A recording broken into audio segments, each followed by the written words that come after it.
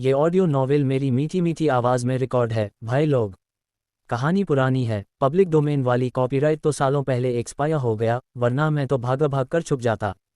किसी का कॉपीराइट चुराने का इरादा बिल्कुल नहीं, बस सुकून देने और हंसी रोने का मूड बनाने आया हूँ। ये ऑडियो द नॉवल वाला का अपना है, चुराओगे तो सपनों में भूत बनकर आऊँगा। रीअपलोड डाउनलोड करके पैसे कमाने या बिना परमिशन यूज़ करने पर सख्ती होगी, समझ गए ना। अब आराम से सुनो, आंसू बहाओ, हंसो और सो जाओ, लेकिन मेरी मेहनत की थोड़ी सी तारीफ तो कर दो। मज़ा आए तो लाइक कमेंट सब्सक्राइब कर देना, वरना अगली स्टोरी में तुम्हें ही हीरो विलेन बना दूंगा। अध्याय 49, आप मेरे हो। आर्यन शर्मा तारीफ सुनते ही तुरंत लाल हो गए। तुम दरवाजे पर क्यों खड़े हो? बिस्तर पर जाओ, रिया मल्होत्रा ने रेड वाइन का घूंट लेते हुए कहा। उद्धरण चिन्ह, प्रश्नवाचक चिन्ह, विस्मयादिबोधक चिन्ह, उद्धरण चिन्ह। आर्यन शर्मा की आंखें आश्चर्य से फैल गईं। आपके बिस्तर पर? किस लिए? तुम्हें पता नहीं क्यों? रिया मल्होत्रा बोलते हुए सोफे से उठी और आर्यन शर्मा की तरफ बढ़ी, उनके पीछे सुगंध की लहर छूट रही थी। आर्यन शर्मा ने पीछे हटने की कोशिश की, लेकिन 2 कदम भी नहीं बढ़ पाए थे कि वे ठंडे दरवाजे से टकरा गए। जो पिछली बार अधूरा छूट गया था, उसे जारी रखते हैं आर्यन शर्मा। तुम्हें लगता है मैंने तुम्हें यहाँ इतनी मेहनत से क्यों बुलाया? मैं तुम्हें चाहती हूँ, समझे? उनकी चुंबकीय आवाज़ सुनने में मीठी थी, लेकिन आर्यन शर्मा के कानों में चुभ रही थी। उन्हें होटल वाली पिछली घटना याद आ गई और डर की लहर दौड़ गई। रिया दीदी, आप सच में? हाँ, रिया मल्होत्रा ने अचानक आगे झपट्टा मारा, एक हाथ दरवाजे पर टिका दिया और दूसरे हाथ से आर्यन शर्मा की ठोड़ी पकड़ ली, उन्हें दरवाजे और अपने शरीर के बीच फंसा लिया। आर्यन शर्मा उन्हें धक्का देना चाहते थे, लेकिन नहीं दे पाए। लेकिन यह मैं हूँ। मुझे मत बताओ कि यह तुम्हारा पहला समय है। तुम रोशनी आंटी के साथ इतने दिन से हो, मुझे यकीन नहीं कि तुम दोनों ने सेक्स नहीं किया। ये सुनकर आर्यन शर्मा का चेहरा लाल हो गया। रोशनी आंटी के साथ उनका रिश्ता पूरी तरह निर्दोष था। रिया मल्होत्रा ने इसे कैसे इतना गंदा बना दिया? मैंने रोशनी आंटी के साथ कुछ नहीं किया, वे घबराहट में हकलाने लगे। अब इससे कोई फर्क नहीं पड़ता, उन्होंने बीच में टोक दिया। बस याद रखो, अब तुम मेरे हो। इतना कहते ही उन्होंने सिर झुकाकर उनके होंठों पर किस कर लिया। ये दोनों का पहला किस था। आर्यन शर्मा तैयार नहीं थे और शरीर की स्वाभाविक प्रतिरोध ने उन्हें रिया मल्होत्रा को धक्का देने पर मजबूर कर दिया। वे रोशनी आंटी के अलावा किसी और महिला को किस नहीं कर सकते थे, खासकर रिया मल्होत्रा को, जिससे वे नफरत करते थे। रिया दीदी, मैं नहीं कर सकता, कृपया मुझे मजबूर न करें। रिया मल्होत्रा को धक्का लग गया, उनके चेहरे पर खेल खेल में मुस्कान जम गई। अगले ही पल उन्होंने हाथ उठाया और आर्यन शर्मा के गाल पर जोरदार थप्पड़ मार दिया। चटाक! आर्यन शर्मा का चेहरा एक तरफ झुक गया, जो सूजन अभी अभी कम हुई थी, फिर से उभर आई। जलन तेजी से फैली और कान भी बजने लगे। ये थप्पड़ लिविंग रूम वाले पहले थप्पड़ से भी ज्यादा जोरदार और क्रूर था, जिसमें नियंत्रण की अटूट इच्छा थी। किसने तुम्हें मुझे धक्का देने की इजाजत दी? रिया मल्होत्रा की आवाज़ अचानक ठंडी हो गई। पहले वाली आलसी खेल खेल वाली मुस्कान गायब, केवल बर्फीली गुस्सा और नियंत्रण की भूख बची। आर्यन शर्मा, अभी तक तुम्हें समझ नहीं आया क्या हो रहा है? वे फिर पास आई, उनकी ठोड़ी को इतनी जोर से पकड़ा कि आर्यन शर्मा दर्द से कराह उठे। मैंने कहा, तुम मेरे हो। मैं तुम्हारे साथ जो चाहूँ कर सकती हूँ, तुम्हें स्वीकार करना पड़ेगा। अगर मैं तुम्हें किस करना चाहूँ तो तुम्हें मुंह खोलना पड़ेगा। अगर मैं तुम्हारे साथ सोना चाहूँ तो तुम्हें ठीक से लेटना पड़ेगा। मुझे तुम्हारा जिद्दी स्वभाव पसंद है, लेकिन इसका मतलब यह नहीं कि मैं हमेशा तुम्हें बर्दाश्त करूंगी। एक बार फिर कहती हूँ, अगर मार खाने से बचना है तो मेरी अवज्ञा मत करो। आर्यन शर्मा थप्पड़ से चक्कर खा रहे थे, चेहरा भयानक दर्द कर रहा था, थोड़ी इतनी जोर से पकड़ी गई थी कि आंखों में आंसू आ गए। वे रोना नहीं चाहते थे, लेकिन नियंत्रण नहीं कर पाए। सामने वाली महिला बहुत दबंग और बेतुकी थी, और उसके शब्द भी बहुत कठोर। उसके पास उनकी बहन का रास्ता था, वरना वे जाओ जीव जवाब दे देते, लेकिन अब उनकी बहन उसके कब्जे में थी। वे न तो जवाब दे सकते थे, न कुछ कह सकते थे। न केवल बहन से डर था, बल्कि रोशनी आंटी के बिजनेस को भी परेशानी नहीं चाहते थे। हालांकि रोशनी आंटी अमीर थीं, लेकिन वे सिर्फ एक के टीवी चेन की छोटी बिजनेस ओनर थीं, रिया मल्होत्रा से मुकाबला नहीं कर सकती थीं। वे नहीं चाहते थे कि उनकी वजह से रोशनी आंटी का बिजनेस बिगड़े, इसलिए उन्हें बहुत बुरा लग रहा था और रोने का मन कर रहा था। मैं बस, वे समझाना चाहते थे कि उन्होंने जानबूझकर विरोध नहीं किया, बस स्वाभाविक प्रतिक्रिया थी। रिया मल्होत्रा ने बीच में टोका, मुझे कोई बहाना नहीं सुनना, बस इस सबक को याद रखो। उन्होंने थोड़ी से हाथ हटाया, फिर आर्यन शर्मा के बाथरोब के सामने का हिस्सा पकड़कर दोनों तरफ जोर से खींच दिया। पहले से ही ढीला बाथरोब पूरी तरह खुल गया, लड़के की गोरी त्वचा का बड़ा हिस्सा दिख गया। आर्यन शर्मा जोर से कांपे और स्वाभाविक रूप से हाथों से खुद को ढकने लगे। हाथ हटाओ, रिया मल्होत्रा ने हुक्म दिया। आर्यन शर्मा जड़ हो गए, हाथ हवा में लटक गया, दुविधा में। उन्होंने रिया मल्होत्रा की आंखों में देखा, जिनमें कोई झिझक नहीं थी, केवल अपमान के बाद अधिकार जताने की ठंडक थी। कांपते हुए उन्होंने धीरे धीरे हाथ नीचे किया, खुद को रिया मल्होत्रा की नज़रों के सामने लगभग नंगा छोड़ दिया। उन्होंने चेहरा दूसरी तरफ घुमा लिया, आंखें बंद कर लीं और कोशिश की कि न देखें, न सोचें। रिया मल्होत्रा ने उन्हें देखा, उनकी आंखों में गुस्सा धीरे धीरे कम हुआ, पहले वाली खेल वाली मुस्कान वापस आ गई। उन्हें उसका संघर्ष देखना पसंद था, उसे मजबूर होकर झुकते देखना पसंद था, उसे विरोध करना चाहते हुए भी कुछ न कर पाने देखना पसंद था। ये वाकई मजेदार था। अब बात बनती है, तुम्हारा फिगर अच्छा है, बस थोड़ा पतला है। वे उनके पास आईं, पूरा शरीर उनसे सटा दिया, चुपचाप उस पल की उनकी अभिव्यक्ति का आनंद ले रही थीं। आंखें खोलो और मुझे देखो, रिया मल्होत्रा ने आदेश दिया। आर्यन शर्मा ने सिर हिलाया, आंसू और तेज बहने लगे। मैंने कहा आंखें खोलो। रिया मल्होत्रा की आवाज़ अचानक ऊंची हो गई। आर्यन शर्मा चौंक गए और धीरे धीरे अपनी आंसू भरी आंखें खोलकर रिया मल्होत्रा की नज़रों से मिला लिया। तुम कितने हैंडसम हो, पूरे दुनिया में ऐसा हैंडसम लड़का कहाँ मिलेगा। उनकी नज़रें लालच भरी उनकी चेहरे पर घूमी, आंसुओं से भरी साफ आंखों से लेकर सीधी नाक, फिर जिस निचले होंठ को उन्होंने काट काट कर लाल कर दिया था, और अंत में सूजे हुए गालों पर ये चेहरा। उन्होंने आंख के कोने से एक आंसू पोंछा और फुसफुसाए, गुस्सा होने पर सुंदर, डरने पर सुंदर, और रोने पर और भी सुंदर। खासकर अभी आर्यन शर्मा, तुम्हें पता है अभी तुम कितने आकर्षक लग रहे हो। ऐसी स्पष्ट टिप्पणी सुनकर आर्यन शर्मा को बहुत बुरा लगा। उन्हें लगा जैसे उन्हें नंगा करके स्पॉटलाइट के नीचे रख दिया गया हो। उन्होंने सिर झुका लिया और रिया मल्होत्रा से नजर नहीं मिलाई। उनके उंगलियां पंख की तरह उनके गालों, गर्दन और कॉलरबोन पर घूम रही थीं। क्या रोशनी आंटी ने तुम्हें कभी इस तरह देखा है? हाँ, क्या उन्हें पता है कि उनकी नज़रों में मासूम और प्यारा असिस्टेंट आर्यन मेरे सामने इस तरह है? वे जानबूझकर रुकीं, संतुष्टि से देख रही थीं कि आर्यन शर्मा की आंखों में घबराहट और शर्म की चमक कैसे आए, और गाल लाल हो गए। वे बिल्कुल नहीं जानतीं, रिया मल्होत्रा ने खुद जवाब दिया। उनके होंठों पर घमंडी मुस्कान थी। उनकी उंगलियां कॉलरबोन से नीचे उतरीं, छाती पार की और पेट पर रुक गईं, जो तनाव से हल्का हल्का फड़क रहा था। मत मत छुओ वहां, वे आंसुओं भरी आवाज में विनती करने लगे। क्यों नहीं छू सकती? रिया मल्होत्रा ने भौं उठाए, लेकिन उंगलियां रुक गईं, सिर्फ हल्के हल्के घुमाने लगीं। ये जगह भी मेरी है। जिस पल तुम इस दरवाजे से अंदर आए, तुम्हारा सब कुछ मेरा हो गया। तुम्हारा शरीर, तुम्हारे आंसू और तुम्हारा दिल भी जल्दी ही मेरा हो जाएगा। आर्यन शर्मा को ठीक ठीक पता था कि यह महिला क्या चाहती है, लेकिन यही वह चीज़ थी जो वे सबसे कम चाहते थे। लेकिन वे लाचार थे, रिया मल्होत्रा का विरोध करना बेकार था। वे बहुत ताकतवर थीं और उन्हें सिर्फ झुकना था। रिया दीदी, यह सच में मेरा पहला समय है, इसलिए कृपया धीरे दया से। ठीक है, यही तो मैं इंतजार कर रही थी। रिया मल्होत्रा ने उंगलियां हटाईं और फिर उनके होंठों पर किस कर लिया। इस बार आर्यन शर्मा ने उन्हें नहीं धक्का दिया। अध्याय 50, दो महिलाएं, संशोधित संस्करण। रात में रिया मल्होत्रा की मल्होत्रा विलावली सी फेस के मास्टर बेडरूम में दो शरीर आपस में गुंथे हुए थे। आर्यन शर्मा का चेहरा लाल था और उन्होंने सिर घुमा लिया ताकि ऊपर वाली महिला को न देख सकें, जो भेड़िए जैसी उग्र थी। यह उनके जीवन का पहला अनुभव था। क्योंकि वे युवा थे, पहले कभी ऐसा नहीं हुआ था और अनुभव कम था, इसलिए वे निष्क्रिय रहे। रिया मल्होत्रा आखिरकार सुंदर महिला थी, रूप और फिगर दोनों कमाल के, इसलिए इस सबसे अस्पष्ट समय में आर्यन शर्मा के मन में उनके लिए कुछ न कुछ महसूस होना स्वाभाविक था। लेकिन यह एहसास उन्हें बहुत दर्द भी दे रहा था। उन्हें लगा जैसे उन्होंने रोशनी आंटी से गद्दारी कर दी। लेकिन उनका शरीर उनकी इच्छा के खिलाफ था और वृत्ति के वशीभूत होकर वे उस महिला की तरफ खींचे चले गए जिससे वे नफरत करते थे, डरते थे और बचना चाहते थे। वे सिर्फ सिर दूसरी तरफ घुमाकर कोशिश कर रहे थे। प्लेटफॉर्म नियमों के कारण बड़ी मात्रा में कंटेंट हटा दिया गया। दोनों का काम रात 1 बजे खत्म हुआ। आर्यन शर्मा कमजोर और चक्कर में थे। रिया मल्होत्रा भी महिला होने के कारण स्टेमिना सीमित था।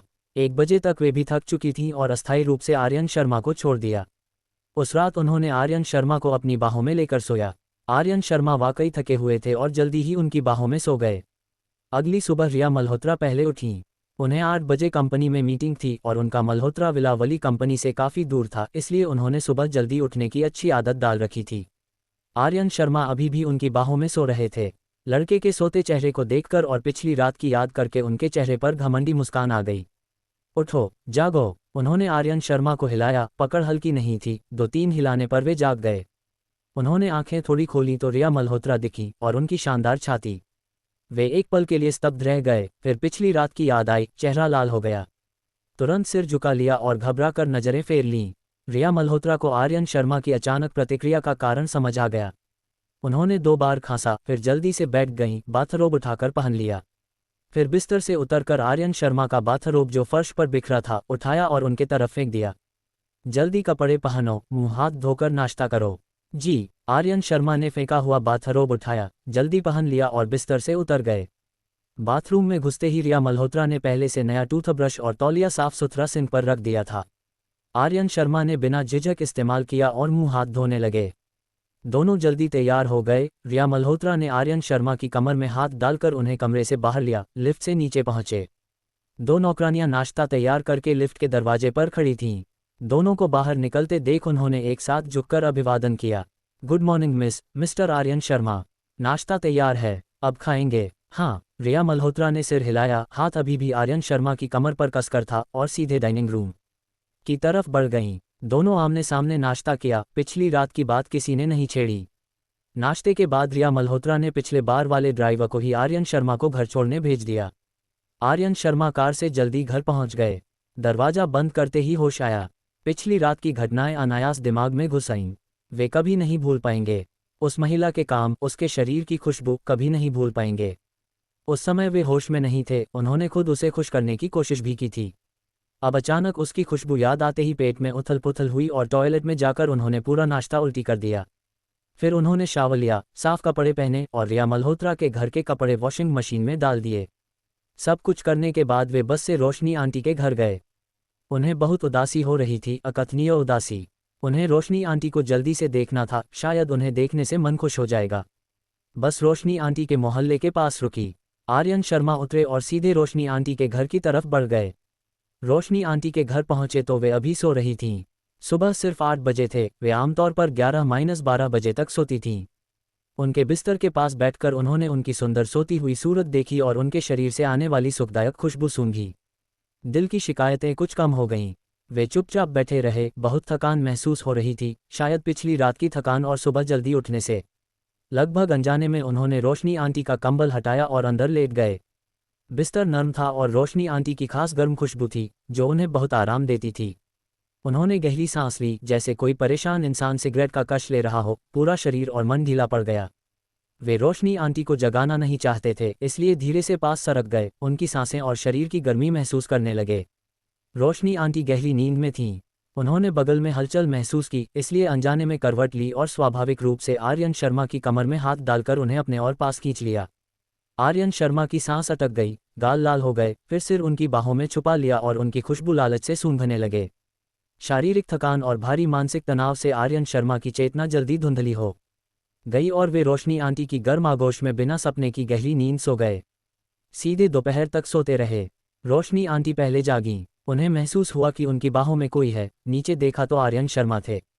लड़का गहरी नींद में था, गाल अभी भी लाल, लंबी पलकें चेहरे पर, सांसें समान, पूरी तरह बेखबर, उनकी बाहों में कसकर लिपटा हुआ। रोशनी आंटी एक पल के लिए स्तब्ध रह गईं, फिर उनका दिल पिघल गया। अध्याय 51। मेरे साथ रहो प्यारे। रोशनी आंटी को उनकी बाहों में लेटने का एहसास बहुत प्यारा लग रहा था। इस पल वे चाहती थीं कि वे सच में उनके हों। उन्होंने उन्हें नहीं जगाया, चुपचाप देखती रहीं। आधे घंटे बाद आर्यन शर्मा की पलकें हिलीं और वे धीरे धीरे आंखें खोलने लगे। धुंधली नींद से जागते हुए सबसे पहले उन्होंने रोशनी आंटी की प्यारी, मुस्कुराती आंखें देखीं, फिर परिचित छत और कमरे का लेआउट। ओह, किसका प्यारा जाग गया। रोशनी आंटी हंसी और मजाक में उनकी नाक पकड़ ली। मेरे बिस्तर में चुपके से क्यों घुस आए? आर्यन शर्मा ने पलकें झपकाईं। रोशनी आंटी की आवाज़ सुनकर, उनके मजाक सुनकर और उनकी खुशबू सूंघकर अचानक उदासी हो आए। वे अचानक आगे बढ़े और रोशनी आंटी को कसकर गले लगा लिया, चेहरा उनकी छाती में गाड़ लिया। रोशनी आंटी, उन्होंने दबी हुई आवाज़ में पुकारा। आवाज़ रुंध गई। रोशनी आंटी उनके अचानक गले लगाने से चौंक गईं, फिर और कसकर गले लगा लिया, हाथ से उनकी पीठ थपथपाने लगीं। क्या हुआ? कोई बुरा सपना देख लिया क्या प्यारे? वे आर्यन शर्मा को बहुत प्यार से लाड़ करते हुए बोल रही थीं। इस उम्र की महिलाएं बच्चों को लाड़ करने का तरीका जानती हैं। रोशनी आंटी भी अपवाद नहीं थीं। इस पल वे आर्यन शर्मा को अपने बच्चे की तरह लाड़ कर रही थीं। किसी ने दुख दिया क्या प्यारे? रोशनी आंटी को बता दो। आर्यन शर्मा ने उनकी बाहों में जोर जोर से सिर हिलाया, लेकिन वे और कसकर गले लगाए हुए थीं। वे उन्हें बता नहीं सकते थे, एक शब्द भी नहीं कह सकते थे। वे रोशनी आंटी का दिया प्यार लालच से सोख रहे थे और बुदबुदाए। कुछ नहीं, बस आपकी याद आ रही थी। रोशनी आंटी का दिल पूरी तरह पिघल गया। उन्हें लगा आर्यन शर्मा पिछले 2 दिनों से बहुत चिपकू हो गए हैं। चिपकना अच्छा है, प्यार करने वाला बच्चा प्यार पाता है। ठीक है, रोशनी आंटी को भी तुम्हारी याद आती है, हर दिन आती है। रोशनी आंटी की आवाज़ और मीठी हो गई। आर्यन शर्मा का दिल भी मीठा हो गया। वे बहुत संतुष्ट थीं और वर्तमान आर्यन शर्मा को बहुत पसंद कर रही थीं, साथ ही उनमें रक्षा करने की प्रवृत्ति जाग उठी। आर्यन शर्मा प्यारे छोटे भाई टाइप के थे, रोशनी आंटी को पहले से ही पसंद थे। अब इस दयनीय रूप में और उनसे चिपके रहने पर उनका स्नेह और बढ़ गया। ये स्नेह सिर्फ किस या गले लगाने का नहीं था, दिल की गहराई से था, उन्हें बचाने और उनका सहारा बनने की इच्छा। प्यारे, पिछले कुछ दिनों से तुम इतने चिपकू क्यों हो गए? क्या स्कूल शुरू होने वाला है और दिन में रोशनी आंटी को नहीं देख पाओगे? हाँ, रोशनी आंटी मुस्कुराते हुए पूछा। उनके इस जिक्र से आर्यन शर्मा को याद आया कि 3 दिन बाद उन्हें आईआईटी बॉम्बे में रजिस्ट्रेशन करना है। पिछले दिनों छोटी मोटी बातों में इतना व्यस्त थे कि सबसे जरूरी बात भूल गए थे। वे अभी भी कॉलेज जाने वाले स्टूडेंट थे, लेकिन दिन में रोशनी आंटी को नहीं देख पाएंगे, तुरंत खालीपन और निराशा महसूस हुई। हाँ, 3 दिन बाद, आज 28 तारीख है, तब क्या करूँगा? रोशनी आंटी से कैसे मिलूंगा? कोई बात नहीं, आईआईटी बॉम्बे घर से सिर्फ 3-4 किलोमीटर दूर है। कॉलेज जाकर क्लासेस हर समय नहीं होंगी। जब भी फ्री टाइम हो, रोशनी आंटी के घर आना, ठीक है? रोशनी आंटी तुम्हें सैलरी दे रही है मेरे प्यारे। रोशनी आंटी कहते हुए उन्होंने आर्यन शर्मा के माथे पर हल्का सा टपका मारा, जिससे आर्यन शर्मा को गुदगुदी हुई। ठीक है, जब भी फ्री होगा रोशनी आंटी के घर आऊँगा। क्यों न तुम सीधे मेरे साथ रहो? यूनिवर्सिटी के उस घटिया हॉस्टल में मत रहना, छोटा, भीड़भाड़ वाला और शोरगुल वाला। तुम रोशनी आंटी के साथ रहो और उनके साथ सो, ठीक है? अच्छा, देखते हैं। मुझे लगता है यूनिवर्सिटी में ऑन कैंपस रहना जरूरी है, भले पास रहो। फोर्स्ड हॉस्टल में रहना आर्यन शर्मा के लिए फ़ायदे नुकसान दोनों था। फ़ायदा, 3 दिन बाद रिया मल्होत्रा को बताने का बहाना मिल जाएगा कि यूनिवर्सिटी हॉस्टल रहना जरूरी है, रात को उनके पास नहीं आ सकता। नुकसान, रोशनी आंटी के घर रात नहीं रह पाएंगे। दरअसल उन्हें रोशनी आंटी के साथ सोना बुरा नहीं लगता, वे उनके साथ एक बिस्तर पर सोना भी चाहते थे। उनकी खुशबू और प्यारी आगोश उन्हें सुकून देती थी। कोई फोर्स्ड हॉस्टल नहीं होता। स्कूल कहता है जरूरी है तो सिर्फ मैनेजमेंट अच्छा दिखाने के लिए। असल में पास रहने वाले स्टूडेंट्स हॉस्टल नहीं रहना चाहें तो वे आंखें बंद कर लेते हैं। रोशनी आंटी खुद यूनिवर्सिटी गई हैं, तुम्हें लगता है मुझे नहीं पता? ओह, ऐसा है। देखते हैं, अगर आपकी बात सही है तो मैं आपके साथ रहने आ जाऊंगा। आर्यन शर्मा बोलते हुए सिर उठाया, उनकी आंखें पानी भरी कुत्ते जैसी थीं, रोशनी आंटी के चेहरे की तरफ देख रही थीं। उन्होंने तुरंत फैसला कर लिया, भले स्कूल हॉस्टल जरूरी हो या ना हो, वे रिया मल्होत्रा को कह देंगे कि यूनिवर्सिटी में हॉस्टल रहना जरूरी है, रात को नहीं आ सकता। फिर सीधे रोशनी आंटी के पास चले जाएंगे। हे, क्या बढ़िया प्लान। तो मैं हर दिन रोशनी आंटी के साथ रह सकूंगा। लड़के की नर्म आवाज़ सुनकर रोशनी आंटी मुस्कुरा पड़ी। उन्होंने उनका चेहरा पकड़ा और प्रतिक्रिया करने से पहले ही उनके होंठों पर जोरदार किस कर लिया। एक जोरदार और साफ किस अचानक आर्यन शर्मा के होंठों पर पड़ गया। रोशनी आंटी की सुंदर फीनिक्स आंखें मुस्कुराहट से सिकुड़ गईं, गाल हल्के लाल। उनकी मुस्कान बहुत सुंदर और आकर्षक थी। आर्यन शर्मा पहले से ही स्तब्ध थे और पूरी तरह हैरान हो गए। तुमने खुद कहा, मेरे प्यारे, वादा वापस नहीं ले सकते। रोशनी आंटी ने उनका चेहरा पकड़े रखा, अंगूठे से गाल सहलाते हुए, आंखों में खुशी भरी। आर्यन शर्मा को प्रतिक्रिया करने में वक्त लगा। चेहरा लाल हो गया, फिर से चेहरा रोशनी आंटी की बाहों में छुपा लिया और दबी आवाज में बोले, हम वादा वापस नहीं लूंगा। दोनों कुछ देर और बिस्तर पर लिपटे रहे। रोशनी आंटी को भूख लग रही थी। आर्यन शर्मा उठकर खाना बनाने लगे, लेकिन रोशनी आंटी ने रोका, कहा थोड़ा और गले लगना है या फिर ऑर्डर कर लें। आर्यन शर्मा भी रोशनी आंटी की बाहों में थोड़ा और रहना चाहते थे, इसलिए टेकअवे ऑर्डर करना बढ़िया था, खाना बनाने की झंझट नहीं। इसलिए दोनों सिर मिलाकर रोशनी आंटी के बड़े बिस्तर पर बैठ गए और फोन स्क्रीन देखने लगे।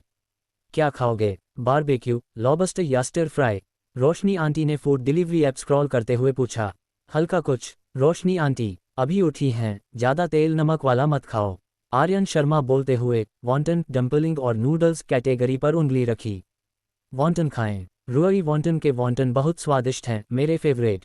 हाँ, ठीक है, हमारे प्यारे की बात मानेंगे। रोशनी आंटी ने जल्दी ऑर्डर प्लेस कर दिया, 2 सर्विंग वॉन्टन और आर्यन शर्मा के लिए एक्स्ट्रा बीफ पराठा भी। टेकअवे जल्दी आ गया। रोशनी आंटी बिस्तर से नहीं उठना चाहती थीं। आर्यन शर्मा ने उन्हें आलसी कहा और दरवाजा खोलकर टेकअवे कमरे में लाए। दोनों ने 50 रुपये से कम का टेकअवे बहुत खुशी से खाया। दोनों सिरहाने के पास बैठे, बीच में छोटी टेबल, कटोरी में गर्मागर्म वॉन्टन स्वादिष्ट लग रहे थे। दोनों बिल्कुल पास पास खा रहे थे। छोटी टेबल रोशनी आंटी ने कुछ दिन पहले बीमार होने पर खरीदी थी। उन्हें बिस्तर पर बिना उठे गर्म खाना खाने का मजा आ गया था, लेकिन बेडसाइड टेबल पर खाना थोड़ा असुविधाजनक था। इसलिए उन्होंने एक्सटेंडेड छोटी टेबल खरीदी ताकि खुद भी खा सकें और कोई पास बैठकर साथ भी खा सके। अध्याय 52, तुम और मेरे भाई के बीच कितना आगे बढ़ चुका है। European and American noble hospital के अंदर प्रिया शर्मा बड़े हॉस्पिटल बेड पर लेटी थी, चारों तरफ मेडिकल इंस्ट्रूमेंट्स की टिक टिक। बड़ी फ्लोर टू सीलिंग खिड़कियों के बाहर हरा भरा गार्डन, बीच में बड़ा फव्वारा जिसमें हंस भी खेल रहे थे। लेकिन उन्हें सुंदर नज़ारा देखने का मन नहीं था, उनके मन में उलझन थी। कल दोपहर रिया मल्होत्रा ने अचानक उन्हें यहाँ शिफ्ट कर दिया। उन्हें रिया मल्होत्रा से 2 शब्द भी कहने का मौका नहीं मिला। फ़ोन भी डॉक्टर ने इलाज में बाधा के बहाने ले लिया, इसलिए भाई से संपर्क नहीं हो पा रहा था। वे यहाँ पूरे दिन से थीं, पूरी तरह हैरान और बोर। फॉर्चुनेटली रिया मल्होत्रा ने केयरगिवर रख दिया था। केयरगिवर का नाम लिन मेई था, नॉर्थ ईस्ट की लड़की, बहुत ईमानदार, गर्मजोशी भरी और उदार। प्रिया शर्मा से अच्छी बन गई। वह चाय पानी देती, टॉयलेट ले जाती, कभी कभी गॉसिप भी करती, कौन कौन से मेल सेलिब्रिटी के स्कैंडल खुले या दूसरे का बॉयफ्रेंड है या नहीं। प्रिया शर्मा बेवकूफ़ नहीं थीं। इतनी महंगी केयरगिवर की फीस पता थी। इस हॉस्पिटल का माहौल देखकर पता चल जाता था कि एक दिन का वार्ड कितना महंगा होगा। रिया मल्होत्रा प्रिया शर्मा पर इतनी मेहरबान क्यों? उन्हें इतने महंगे हॉस्पिटल में शिफ्ट करवाया, इतनी महंगी प्रोफेशनल केयरगिवर रखी। उसका उनके भाई से क्या रिश्ता है? पिछले कुछ दिनों से उनका भाई बाहर क्या कर रहा है? ये 3 सवाल उन्हें परेशान कर रहे थे। उन्होंने केयरगिवर लिन मेई से पूछा, लेकिन उसने कहा उसे भी नहीं पता। उसने कहा रिया मल्होत्रा ने कई केयरगिवर्स का इंटरव्यू लिया और आखिरकार उसे चुना, हाई प्राइस पर रखा। प्रिया शर्मा बेबस थीं। अगर वे बिस्तर से उठकर चल सकती तो भाई को ढूंढने चली जातीं, लेकिन नहीं चल सकती थीं। बिस्तर से उठने के लिए क्रच और किसी का सहारा चाहिए, वरना कुछ कदम चलकर गिर जातीं। अभी उन्हें रिया मल्होत्रा से ज़्यादा भाई को देखना था। कुछ दिनों में 2 सुपर रिच महिलाओं से चिपक गया, खासकर रिया मल्होत्रा, जो मल्होत्रा फैमिली की बड़ी बेटी और मौजूदा प्रेसिडेंट हैं। अगर वे बूढ़ी, बदसूरत होती और आर्यन शर्मा जैसे युवक को पसंद करती तो समझ आता। मुख्य बात, वे बेहद खूबसूरत हैं, अमीर और जवान। भले आर्यन शर्मा कितना भी आकर्षक हो, इतनी टॉप क्लास अमीर महिला कैसे फंस सकती है? संदेह के बावजूद प्रिया शर्मा को भाई पर तरस आ रहा था। वह भी अभी वयस्क हुआ, स्कूल जाने की उम्र, लेकिन उनकी बीमारी की वजह से 2 बड़ी महिलाओं से उलझ गया। अपनी बहन जो माँ जैसी है के रूप में, दुनिया की कौन सी माँ अपने स्कूल जाने वाले बच्चे को 2 अमीर बड़ी महिलाओं से एक साथ देखना चाहेगी, भले वे दोनों आकर्षक हों? लेकिन प्रिया शर्मा बर्दाश्त नहीं कर पा रही थीं। दोपहर में प्रिया शर्मा बोर होकर टीवी देख रही थीं। एक फैंटेसी रोमांस ड्रामा चल रहा था। हीरो हैंडसम था, लेकिन उन्हें देखने का मन नहीं था, सिर्फ भाई की याद आ रही थी। केयरगिवर लिन मेई ड्रामा का पूरा मजा ले रही थी, बीच बीच में कह रही थी हीरो कितना मर्दाना है और दोनों कितने प्यारे लगते हैं। तभी वार्ड का दरवाज़ा अचानक खुला। प्रिया शर्मा ने सोचा नस ड्रेसिंग बदलने आई होगी, इसलिए ध्यान नहीं दिया और टीवी देखती रहीं। वे अचानक मुड़ गईं जब ठंडी सुगंध आए और केयरगिवर लिन मेई खड़ी होकर बोली, हेलो मिस्टर मल्होत्रा। वह महिला थी, शार्प सूट स्कर्ट में, लंबी सफ़ेद टांगें दिख रही थीं। वे इतनी खूबसूरत थीं कि प्रिया शर्मा को खुद पर थोड़ी शर्म आई। Miss Priya Sharma, good afternoon. Recovery कैसी चल रही है? रिया मल्होत्रा की चुंबकीय, परिपक्व आवाज़ आई। प्रिया शर्मा तुरंत खुद को सहारा देकर बैठ गईं और बोली, अरे हेलो मिस मल्होत्रा, यहाँ बहुत आराम है, नर्स और केयरगिवर बहुत ध्यान रखती हैं, कुल मिलाकर रिकवरी अच्छी है। बहुत अच्छा, मैं तुम्हें देखने आई हूँ और कुछ गिफ्ट्स लाई हूँ। इतना कहते हुए रिया मल्होत्रा ने हाथ हिलाया। अगले ही पल कई सूटेड आदमी दरवाजे से अंदर आए, महंगे न्यूट्रिशनल सप्लीमेंट्स और फलों से भरे। आखिरी आदमी के हाथ में बड़ा फूलों का गुलदस्ता था।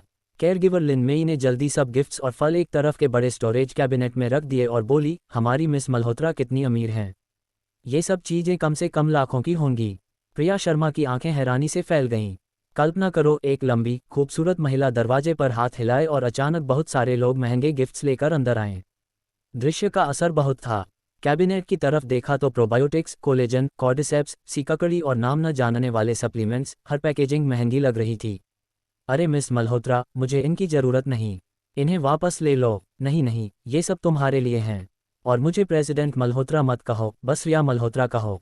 रिया मल्होत्रा मुस्कुराईं। प्रिया शर्मा को रिया मल्होत्रा से ज़्यादा नफरत नहीं थी, शायद इसलिए कि वे रोशनी आंटी से थोड़ी छोटी थीं और बहुत जवान लग रही थीं, शायद उनके उम्र की या उससे भी कम। साथ ही मल्होत्रा फैमिली की बड़ी बेटी थी, इसलिए बात करते समय उन्हें फेस देना पड़ता था। इसलिए प्रिया शर्मा में रिया मल्होत्रा के प्रति ज़्यादा शत्रुता नहीं थी। ठीक है रिया, अरे क्या मैं कुछ सवाल पूछ सकती हूँ? हाँ, आपका मेरे भाई से क्या रिश्ता है? यही सबसे महत्वपूर्ण सवाल था। रिया मल्होत्रा की मुस्कान गहरी हो गई, लेकिन समझना मुश्किल थी।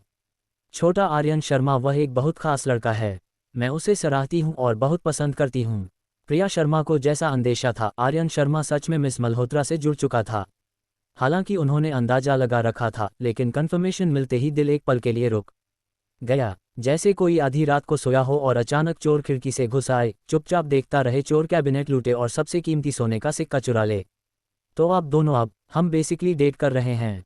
कितना आगे बढ़ चुका है? प्रिया शर्मा ने ये सवाल पूछा तो रिया मल्होत्रा अचानक हंस पड़ी, फिर हाथ हिलाकर केयरगिवर लिन मेई और पीछे के बॉडीगार्ड्स को बाहर जाने का इशारा किया। ये देखकर लिन मेई और बॉडीगार्ड्स ने सिर झुकाया और जल्दी वार्ड से बाहर निकल गए। प्रिया शर्मा इस हलचल से घबरा गईं। बाहर वालों को भेजना मतलब निजी बात होने वाली है, तो रिया मल्होत्रा और उनके भाई का रिश्ता। छोटा आर्यन शर्मा और मैं अभी शुरुआती स्टेज में हैं, उन्होंने मुझे अभी तक हाथ भी नहीं पकड़ने दिया। ओह, समझ गई। किसी कारण से रिया मल्होत्रा के जवाब सुनकर प्रिया शर्मा को बहुत राहत मिली। उन्हें पता नहीं क्यों खुशी हुई, लेकिन दोनों डेट कर रहे हैं तो जो बातें सोची थी वे जल्दी ही होंगी। रिया मल्होत्रा, मुझे थोड़ी जिज्ञासा है, आप जैसी महिला को मेरे भाई जैसे। मैंने उन्हें KTV में मुलाकात की। तुम जानती हो वे उस समय रोशनी आंटी के असिस्टेंट थे, अब भी हैं। मैं उस समय उदास थी, प्राइवेट रूम में अकेले ड्रिंक कर रही थी। बहुत पी ली और नशे में हो गई। उन्होंने मुझे टैक्सी दिलाई और घर छोड़ा। इसी तरह मुलाकात हुई। मुझे लगा वे बहुत हैंडसम हैं और उनका पर्सनैलिटी यूनिक है, मेरे टाइप का। और फिर, जैसा तुम देख रही हो। रिया मल्होत्रा सीधे मुंह से झूठ बोल रही थी। प्रिया शर्मा पूरी तरह हैरान थीं। अध्याय 53, जीतना। और फिर आप इतना खर्च करके मुझे इस तरह के हॉस्पिटल में शिफ्ट कर दिया और इतना खर्च करके केयरगिवर रख दिया। ये सब कुछ भी नहीं। मुझे आर्यन शर्मा पसंद हैं और तुम आर्यन शर्मा की बहन हो। यह मेरा फर्ज है। कुछ महिलाएं सिर्फ छोटे मोटे फेवर करती हैं, कुछ पॉकेट मनी देती हैं, सस्ते अपार्टमेंट देती हैं और लोगों को सस्ता मजदूर समझती हैं। रिया मल्होत्रा के शब्द साफ तौर पर रोशनी आंटी की आलोचना और अपमान थे। प्रिया शर्मा को भी यह समझ आ गया। आपका मतलब उस बूढ़ी औरत रोशनी आंटी से है? हाँ, शायद। ठीक है, इस बारे में और बात नहीं करते, मिस प्रिया शर्मा, और कुछ पूछना है? अरे मिस मल्होत्रा, आपकी उम्र क्या है? अच्छा, इस साल मैं 24 साल की हूँ। आर्यन शर्मा से करीब 6 साल बड़ी। मुझे तुम्हारी चिंता पता है, लेकिन आजकल लव फ्री है, बड़ी महिला छोटे लड़के के रिश्ते ट्रेंडिंग हैं। 6 साल का फर्क बड़ा नहीं। हाँ, अगर 10-20 साल से ज्यादा हो तो हे वे महिलाएं शर्म नहीं करती। क्या कहती हो मिस प्रिया शर्मा? 24 साल की उम्र बताकर रिया मल्होत्रा जानबूझकर अपने और आर्यन शर्मा के उम्र के फर्क को वैध बना रही थी, साथ ही 10-20 साल बड़ी बूढ़ी महिलाओं की तरफ इशारा कर रोशनी आंटी को घेर रही थी। प्रिया शर्मा ये सुनकर क्या कर सकती थी? वे पहले से ही आर्यन शर्मा की तरफ आंखें बंद कर चुकी थीं, लेकिन अब कोई रास्ता नहीं था। भाई को अमीर महिलाओं से उलझते देखने की बजाय आंखें बंद कर लेना बेहतर। लेकिन रिया मल्होत्रा के बाद उन्हें आर्यन शर्मा और रोशनी आंटी के अस्पष्ट रिश्ते का विरोध करना पड़ा। हाँ, मिस मल्होत्रा सही कह रही हैं। मैं उनसे बात करूंगी। उन्हें रोशनी आंटी के असिस्टेंट के नाम पर काम जारी नहीं रखने देना। रोशनी आंटी का इरादा मुझे एक नज़र में दिख जाता है। वे सिर्फ थोड़ी अमीर हैं और भाई को अच्छा दिखने के कारण असिस्टेंट बनाया। साथ ही अगर आप दोनों सच में प्यार करते हो तो 6 साल का फर्क मैं स्वीकार कर सकती हूँ। आर्यन शर्मा अब रिया दीदी से डेट कर रहे हैं, इसलिए उन्हें रोशनी आंटी वाली महिला के पास नहीं जाने देना। हाँ, मिस प्रिया शर्मा, तुम सच में समझदार हो। ये रिया मल्होत्रा का मकसद था। उन्हें आर्यन शर्मा पसंद हैं, लेकिन आर्यन शर्मा उन्हें पसंद नहीं करते।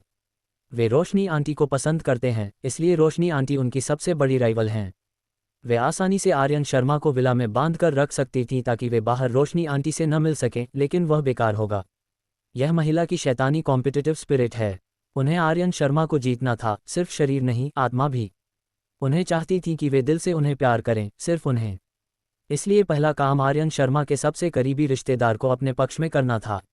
उन्होंने आर्यन शर्मा की जांच की थी, पता था उनके माता पिता नहीं हैं। प्रिया शर्मा ने अकेले पाला है, माँ और बहन दोनों का काम किया। आर्यन शर्मा उनकी बात मानते हैं, इसलिए प्रिया शर्मा को अपनी तरफ करना पूरी तरह फायदेमंद था। तुम छोटे आर्यन शर्मा को देखना चाहती थी ना? आज शाम को उनके ऑफिस के बाद उन्हें लेकर आऊंगी, तुम दोनों अच्छे से बात कर लेना। रिया मल्होत्रा की आंखों में गहरी, समझ से परे मुस्कान थी। मैं भी यही बताने वाली थी। अस्पताल शिफ्ट होने के बाद भाई से एक बार भी नहीं मिली। लेकिन बहुत बहुत धन्यवाद मिस मल्होत्रा, शिफ्ट करवाने के लिए और इतने सारे गिफ्ट्स लाने के लिए। जब मैं ठीक हो जाऊंगी और कमाने लगूंगी तो ज़रूर। ऐसे परिवार की तरह क्यों बोल रही हो? रिया मल्होत्रा ने बीच में टोक दिया। कुछ साल बाद मैं तुम्हारी भाभी बन सकती हूँ और तुम मेरी नंद। हाँ, अगर तुम दोनों सच में साथ हो गए तो मैं पूरी दिल से शुभकामनाएं दूंगी। प्रिया शर्मा भी मुस्कुरा पड़ी। हाल के दिनों में वे ज़्यादा नहीं मुस्कुराई थीं।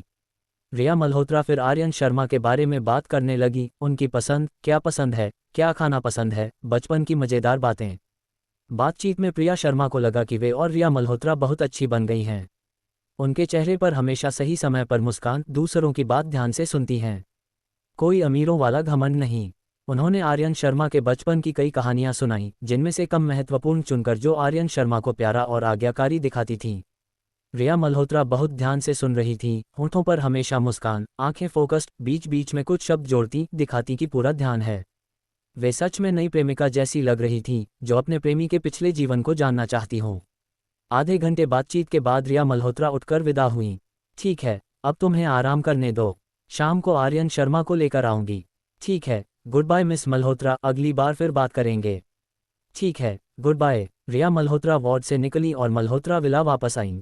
शाम 6 बजे से ज़्यादा हो चुका था। आर्यन शर्मा के आने में 1 घंटे से कम बचा था। पहले विला में शावर लिया, फिर स्पोर्ट्सवियर पहनकर बैकयार्ड के गोल्फ कोर्स पर चली गईं। सूरज ढल रहा था, आधा आसमान लाल, प्रकाश तिरछा स्टेडियम में पड़ रहा था।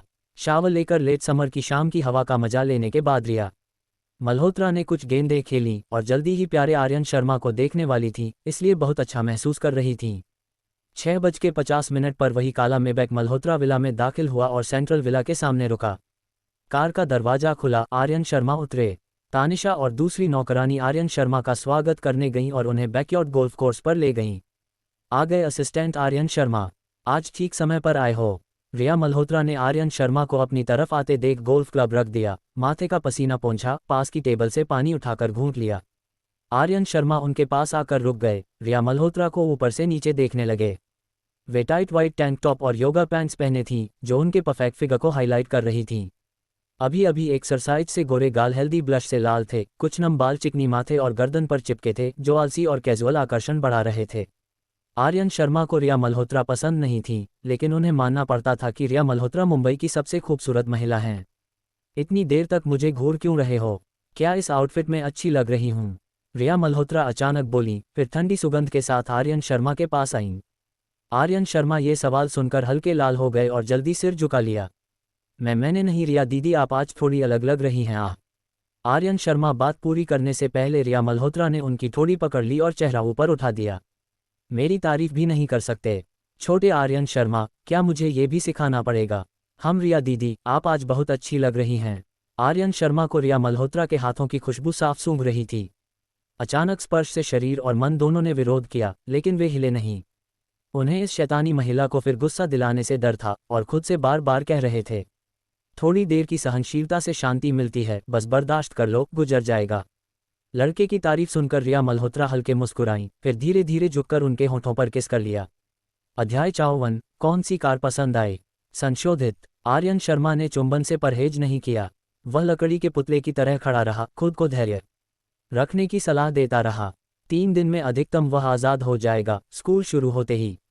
रिया मल्होत्रा उसकी आज्ञाकारिता से बहुत संतुष्ट थी और उसके कार्य और अधिक साहसी हो गए।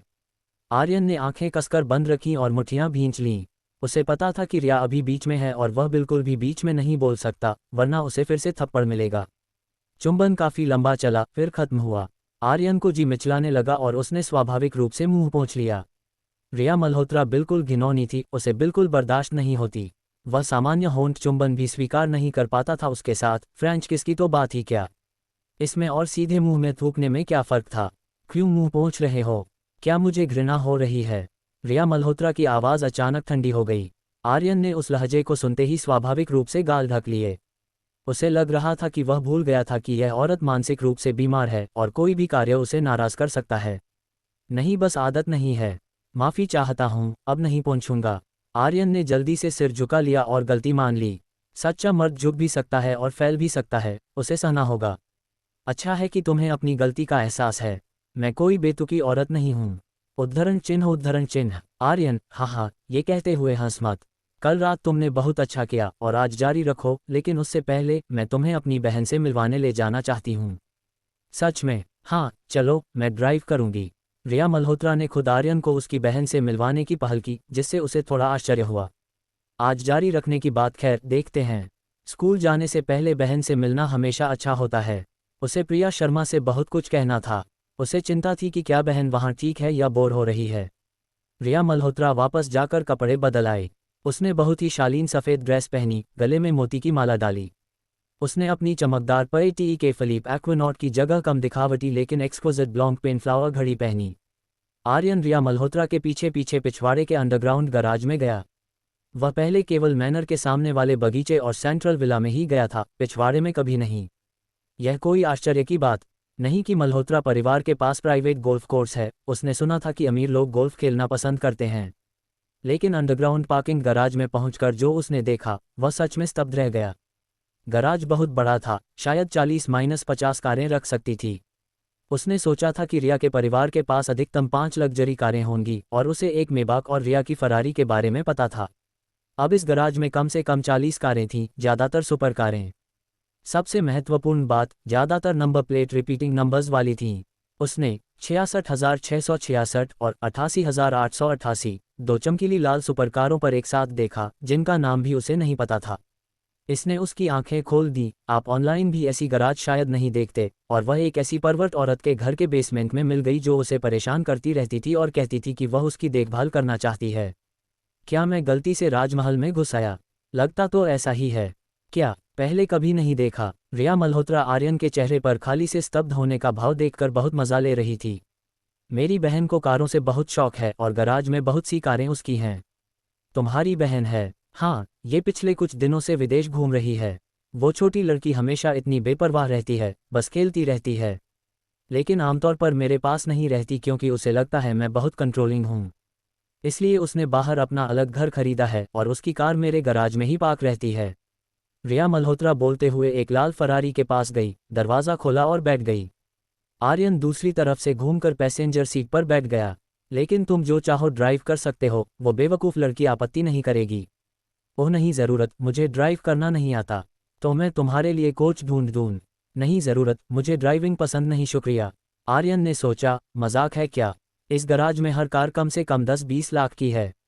क्या मैं बस ऐसे ही ड्राइव कर लूँ? रिया मल्होत्रा की सिक्योरिटी के बावजूद मुझे अपनी कार ड्राइव करने में भी असहज लगेगा, ड्राइविंग आती भी नहीं। तुम हमेशा मेरी मेहरबानी क्यों ठुकराते हो? रिया मल्होत्रा की आवाज़ फिर ठंडी हो गई और चेहरा सख्त। उसने कार स्टार्ट की और ठंडे लहजे में पूछा, तुम मेरी अच्छाई हमेशा क्यों ठुकराते हो? रिया मल्होत्रा के लहजे में बदलाव सुनकर आर्यन घबरा गया। नहीं नहीं, मैं बस आपको परेशान नहीं करना चाहता था। मैं आपकी बहन की कार ऐसे ही नहीं ड्राइव कर सकता और ड्राइविंग कोच ढूंढने में बहुत पैसे लगेंगे। कोई बात नहीं, पैसे खर्च करना मेरा काम है और स्वीकार करना तुम्हारा। मुझे तुम्हारा रवैया चाहिए, मुझे बार बार दबाव न डालो। रिया मल्होत्रा के शब्द सच में दिल से थे। हालांकि उसे आर्यन के साथ बिल्ली चूहे का खेल खेलना मज़ेदार लगता था, लेकिन वह दिल से आर्यन को पसंद करती थी और चाहती थी कि आर्यन उसकी अच्छाई स्वीकार करे। आर्यन की नज़र में ये सब बेतुका था। वह एक साधारण नागरिक था, समाज के निचले तबके से। उसे दसियों लाख की लग्जरी कार ड्राइव करने और कोच ढूंढने की क्या ज़रूरत? ये बेतुका था। ऑनलाइन उपन्यास भी ऐसा नहीं लिखते। ठीक है, असल में मुझे ड्राइविंग सीखना बहुत अच्छा लगेगा।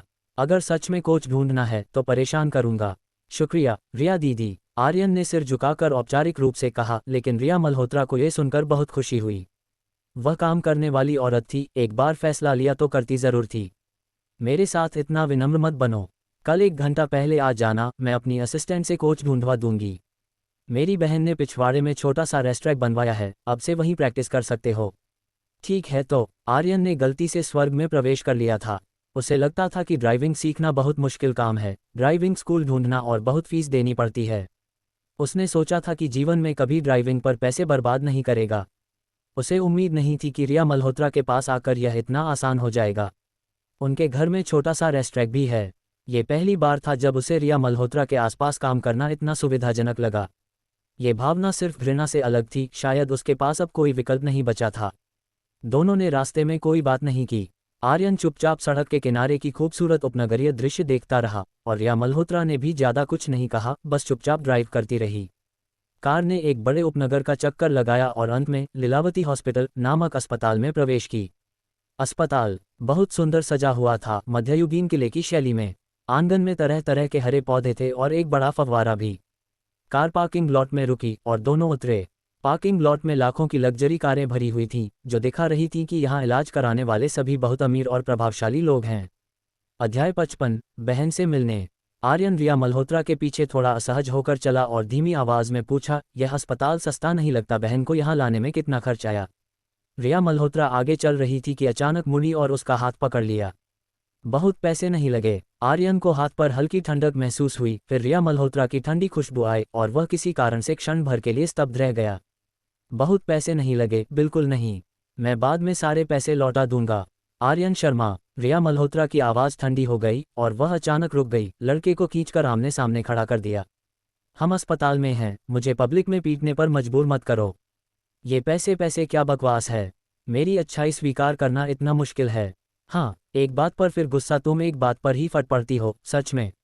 आर्यन को उम्मीद नहीं थी कि उसकी साधारण सी बात से यह औरत फिर नाराज हो जाएगी। वह हैरान था और मन ही मन शिकायत की। उसके जिद्दी स्वभाव को फिर उभरते देख रिया मल्होत्रा ने हाथ उठाकर उसके गाल जोर से निचोड़ लिए। क्या बड़बड़ा रहे हो? मैं दोबारा कहती हूँ, मैं पब्लिक में तुम्हें पीटना नहीं चाहती। ठीक है रिया दीदी, मुझे अपनी गलती का एहसास है। चलो। रिया मल्होत्रा ने उसका हाथ और कसकर पकड़ा, लगभग खींचते हुए पार्किंग लॉट के सामने इनपेशेंट डिपार्टमेंट की ओर ले गई। आर्यन इस तरह खींचता रहा जब तक वे इनपेशेंट डिपार्टमेंट के पहले फ्लोर के कॉरिडोर के अंत में एक वीआईपी वार्ड तक नहीं पहुंचे। क्या यही बहन का वार्ड है? हाँ, अंदर जाओ, लेकिन कोई गलत बात मत कहना, समझे? वरना मैं बख्शूंगी नहीं। ओह पता है। आर्यन उत्सुकता से वार्ड का दरवाज़ा खोलकर अंदर गया, लेकिन अंदर का नज़ारा उसकी उम्मीद से अलग था। प्रिया शर्मा बोरियत या उसकी याद से उदास नहीं थी, बल्कि वह फ्रूट प्लेट लिए एक केयरगिवर से बातें कर रही थी और टीवी देखते हुए खुशी खुशी हंस रही थी। उसे वार्ड के दरवाजे से आवाज़ सुनाई दी, लेकिन उसे लगा कि नर्स ड्रेसिंग बदलने आई है, इसलिए उसने ज़्यादा ध्यान नहीं दिया और टीवी देखती रही जब तक वह परिचित आवाज़ नहीं गूंजी। दीदी, मैं तुमसे मिलने आया हूँ। यह आर्यन शर्मा था। उसने तेज़ी से सिर घुमाया और उसके पास खड़ी केयरगिवर लिन में भी खड़ी हो गई, बोली, नमस्ते रिया मैम, ये आर्यन शर्मा भी प्रिया शर्मा के छोटे भाई हैं। ओह, आर्यन शर्मा जी, नमस्ते, मैं आपकी बहन की केयरगिवर हूँ, आप मुझे शोलिन कह सकते हैं। हम ठीक है। आर्यन थोड़ा स्तब्ध रह गया। उसे लगता था कि बहन को दूसरे अस्पताल में ट्रांसफ़र होने और फ़ोन न होने से बहुत तकलीफ होगी और उसे याद कर रही होगी, लेकिन वह गलत था। प्रिया शर्मा यहाँ देवी की तरह रह रही थी। दीदी, रिकवरी कैसी चल रही है? आर्यन का सवाल बेकार था, कोई भी मूर्ख देख सकता था कि प्रिया बहुत अच्छी तरह रिकवर कर रही थी। उसके गालों में रंग लौट आया था और वह मरीज जैसी नहीं लग रही थी। बहुत अच्छी तरह। रिया मैम ने जो अस्पताल ढूंढा है वह बहुत अच्छा है, पहले वाले से कहीं ज़्यादा आरामदायक। उन्होंने केयरगिवर भी रखी है जो मेरे साथ रहती है और बातें करती है। वैसे भी तुम्हें मेरी ज़्यादा चिंता करने की ज़रूरत नहीं। मुझे लगता है कुछ दिनों में मैं बिस्तर से उठकर चल भी पाऊंगी। प्रिया शर्मा फ्रूट प्लेट से चेरी खाते हुए बोली। बहुत अच्छा लगा कि तुम ठीक हो। बहन को ऐसे देखकर आर्यन को आखिरकार राहत मिली। साफ था कि रिया मल्होत्रा पूरी तरह बेदर्द नहीं थी। हालांकि उसने प्रिया को हाउस अरेस्ट की तरह इस्तेमाल कर आर्यन को कंट्रोल किया था, लेकिन सतह पर प्रिया के साथ बहुत अच्छा व्यवहार कर रही थी। छोटे भाई, आओ बैठो। प्रिया ने बिस्तर के किनारे थपथपाया, आर्यन को इशारा किया। आर्यन निर्देशानुसार बैठ गया, जबकि रिया मल्होत्रा स्वाभाविक रूप से बिस्तर के दूसरी तरफ गई, कुर्सी खींचकर शालीन तरीके से बैठ गई, ठीक घर की मालकिन की तरह। वह चुपचाप भाई बहन को देखती रही, बिना कुछ बोले, चेहरे पर हमेशा मुस्कान। दीदी, सच में सब ठीक है? कोई परेशानी तो नहीं? सच में सब ठीक है? क्या मुझे कुछ गड़बड़ लग रही है? प्रिया ने मुस्कुराकर छोटे भाई का गाल निचोड़ा। लेकिन तुम अच्छे नहीं लग रहे। क्या काम से बहुत थक गए हो? उसने जानबूझकर पार्ट टाइम जॉब के विवरण से परहेज किया। रिया मल्होत्रा की तरफ हल्की नज़र डाली। आर्यन बहन की प्रतिक्रिया से थोड़ा हैरान हुआ, सोचा, अरे नहीं, क्या रिया मल्होत्रा ने बहन को कुछ गलत बातें सिखा दी हैं? मैं ठीक हूँ, बस कल रात अच्छी नींद नहीं आई। आर्यन सच बोल रहा था, कल रात सच में नींद नहीं आई थी। नींद के बिना नहीं चलता, सेहत सब कुछ की बुनियाद है। प्रिया ने उसका हाथ दबाया और कोमलता से बोली, आर्यन, अब तुम बड़े हो गए हो। कुछ बातें मैं ज़्यादा कंट्रोल नहीं कर सकती। देखो रिया मैम तुम्हारे साथ कितनी अच्छी हैं। सुना है तुम दोनों डेटिंग कर रहे हो। पहले तो मैं चौंकी थी, लेकिन सोचा तो ठीक लगता है। रिया मैम तुमसे सिर्फ 5-6 साल बड़ी हैं। खूबसूरत हैं, मीठी आवाज़ है, शानदार फिगर है। क्या वे किसी ऐसी औरत से बेहतर नहीं जो 10-20 साल बड़ी हो? नहीं लगता, छोटे भाई। बहन की बात सुनकर आर्यन हैरान रह गया, फिर बगल में बैठी रिया मल्होत्रा की तरफ देखा, जो मुस्कुरा रही थी। धत, रिया मल्होत्रा ने बहन से क्या क्या कहा? बहन की नज़र में उसकी इतनी अच्छी छवि कैसे बन गई? मुख्य बात यह कि बाद में जिस औरत का जिक्र किया, जो 20 साल बड़ी थी, वह रोशनी आंटी नहीं थी क्या? अरे रिया मल्होत्रा, कितनी चालाक चाल चली। अब समझ आया। पहले हैरानी थी कि बहन रोशनी आंटी से पहली मुलाकात में नापसंदगी जताती थी और रिया मल्होत्रा को मुस्कुराकर स्वागत करती थी। पता चला रिया मल्होत्रा ने पहले ही बहन को अपनी मीठी बातों में फंसा लिया था। दीदी, मत भूलना तुम्हारा पहला स्टेज का मेडिकल खर्चा 50,000 रुपये रोशनी आंटी ने दिया था। बेशक प्रिया को ये पता नहीं था, आर्यन ने छुपाकर रखा था। तो छोटे भाई, मैंने तुम्हें इतने प्यार और मेहनत से पाला है, हमेशा बच्चे की तरह रखा। अब तुम्हें गर्लफ्रेंड मिल गई, हालांकि मुझे खुशी नहीं है, लेकिन ज़्यादा कुछ कह भी नहीं सकती। तुम्हें समझ गया। चूंकि ज़्यादा कहना उचित नहीं, तो ज़्यादा मत कहो। प्रिया अचानक ज़्यादा बातूनी हो गई थी, जिससे आर्यन थोड़ा असहज हो गया। उसने तुरंत हाथ उठाकर बीच में रोका, क्योंकि उसे अंदाज़ा था कि प्रिया आगे क्या कहने वाली है। रिया मैम का अच्छे से ख्याल रखना, ठीक है? उन्हें दुख मत पहुंचाना। अगर संभाल नहीं पा रहे तो उस बूढ़ी औरत के पास जाना बंद कर दो। वैसे भी मुझे नहीं चाहिए कि तुम वहां जाओ। समझ गया बस। ठीक है दीदी, तुम ठीक हो तो हम जाते हैं। कल समय मिला तो फिर आऊँगा। हम ठीक है, जो मैंने कहा उसे मत भूलना। उद्धरण चिन्ह। आर्यन ने जवाब नहीं दिया। वह उठा और रिया मल्होत्रा का हाथ पकड़कर बोला, रिया दीदी, लगता है बहन ठीक है। चलते हैं। ठीक है, हम जा रहे हैं। Good bye Priya Sharma. Good bye दीदी। आर्यन रिया मल्होत्रा को प्रिया शर्मा के वार्ड से बाहर खींचकर ले गया और रिया मल्होत्रा के चेहरे पर पूरे समय अच्छा शो देखने जैसी मुस्कान थी। अध्याय 56, जापानी खाना खाएं। तुमने मेरी बहन से क्या बात की? आर्यन रिया मल्होत्रा को खींचते हुए वापस जा रहा था। कुछ नहीं कहा। मैं विश्वास नहीं करती। विश्वास करो या न करो, लेकिन मुझे लगता है तुम्हारी बहन बिल्कुल सही कह रही है। तुम्हारी रिया दीदी अमीर हैं, खूबसूरत हैं और सबसे महत्वपूर्ण, जवान हैं। किसी 10-20 साल बड़ी औरत से कहीं बेहतर हैं, ठीक है? उद्धरण चिन्ह। आर्यन क्षण भर के लिए चुप हो गया, लेकिन वह नकार नहीं सकता था कि रिया मल्होत्रा की पहली बात सही थी। वह सच में अमीर और खूबसूरत थी। लेकिन दूसरी आधी बात बिल्कुल बकवास। रोशनी आंटी कोमल और चेंगशू हैं और उनके साथ बहुत अच्छा लगता है। लेकिन रिया मल्होत्रा पूरी साइकोपैथ है। कितनी भी खूबसूरत या अमीर क्यों ना हो, उसे पसंद नहीं। उसने मन बना लिया था, बहन के ठीक होने के बाद, सब सेटल होने पर, वह किसी तरह पैसे जुटाएगा और रिया मल्होत्रा ने उसके और बहन पर खर्च किए सारे पैसे लौटा देगा। वह उससे पूरी तरह संबंध तोड़ देगा। अब बाहर आ गए हैं, वापस जाने से पहले कुछ खा लें, रिया मल्होत्रा ने सुझाव दिया। दोनों इनपेशेंट डिपार्टमेंट से निकलकर पार्किंग लॉट की ओर जा रहे थे। छोटे आर्यन, क्या खाना चाहोगे? जो भी ठीक लगे। तो जापानी खाना खाते हैं। मुझे यहाँ के आसपास एक बहुत अच्छा पता है। मेरे एक बिजनेस पार्टनर ने पहले वहाँ डिनर करवाया था। जो भी ठीक लगे। फिर से बेसब्र हो रहे हो, शरारती? मुझे अस्पताल में पीटने पर मजबूर मत करो। नहीं रिया मैम, मैं कैसे बेसब्र हो सकता हूँ? मेरा मतलब है, जो आप कहेंगी वही। जो खाना चाहें वही खाएं। अब बात बन रही है। लाल फरारी के पास पहुंचकर आर्यन ने आगे बढ़कर रिया मल्होत्रा के लिए कार का दरवाज़ा खोला। दोनों बैठे और रिया मल्होत्रा ने कार स्टार्ट की। अस्पताल से करीब 10 मिनट ड्राइव करने के बाद कार मुंबई के उपनगरों में पहुंची। मुंबई हमेशा से भारत का सबसे अमीर शहर रहा है, सबसे ज़्यादा जीडीपी वाला। शहर के उपनगरों में भी सड़कें ऊंची इमारतों से भरी हैं, चमकती रोशनी और ट्रैफिक से भरा।